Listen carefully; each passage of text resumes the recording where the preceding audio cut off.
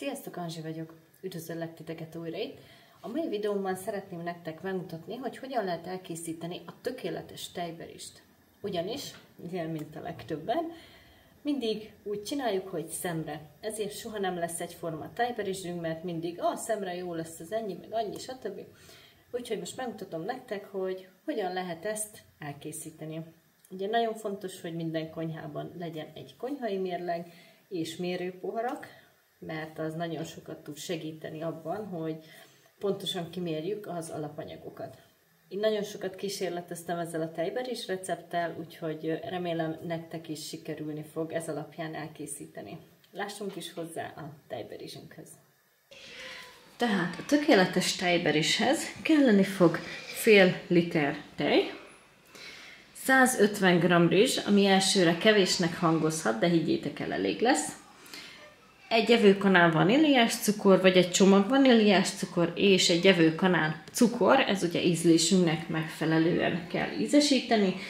Nekünk ez így bőven elég, hogyha ti nem érzitek elég édesnek, akkor adjatok hozzá nyugodtan még cukrot. Na, ennyi kell hozzá, úgyhogy kezdjünk is hozzá.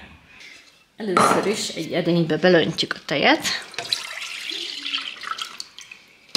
Belerakjuk a cukrokat, és felforraljuk.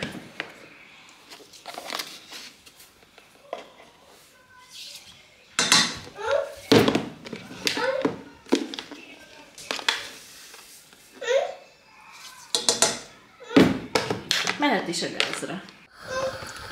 Ne felejtsük el közben kevergetni, hogy a cukor elolvadjon.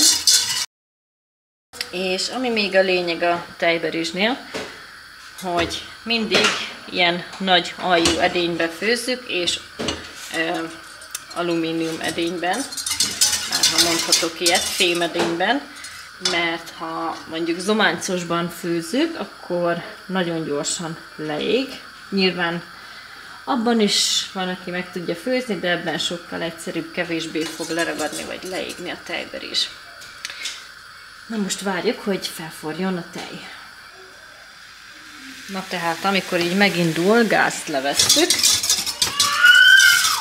bele a rizs,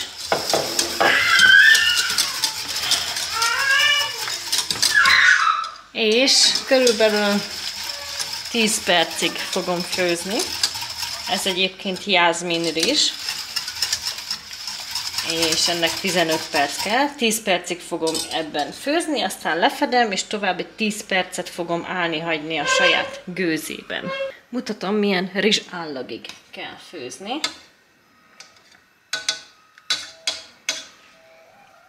Na tehát.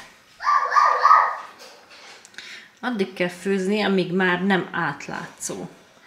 Ilyen félkemény állapotában van. Nem tudom, mennyire látszik. Mindjárt mellé rakok egy pár szem sima rizst, és akkor meg lehet nézni, hogy és akkor a kettőt össze lehet hasonlítani. Na, tehát ez a főtt verzió, ez a sima verzió. Tehát ha ráharapsz, akkor még éppen ropog,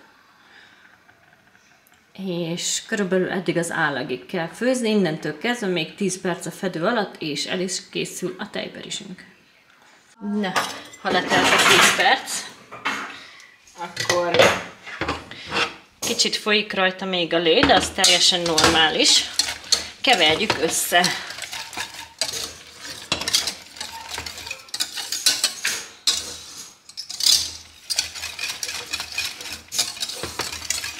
És most lehet önteni a tálba. Egy spatulával a legegyszerűbb. És én ezt 3 fele osztom.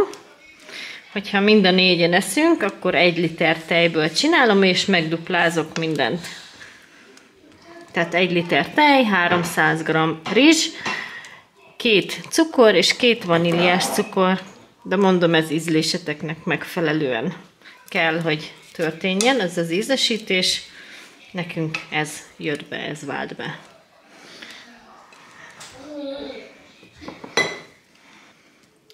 És így megkaptuk a teljesen tökéletes állagú tejberist, ami nem túl kemény, nem túl tocsogós, hanem éppen megfelelő állagú. És jöhet rá a fahéj vagy kakó, ki mivel szereti. Így. Jó étvágyat kívánok!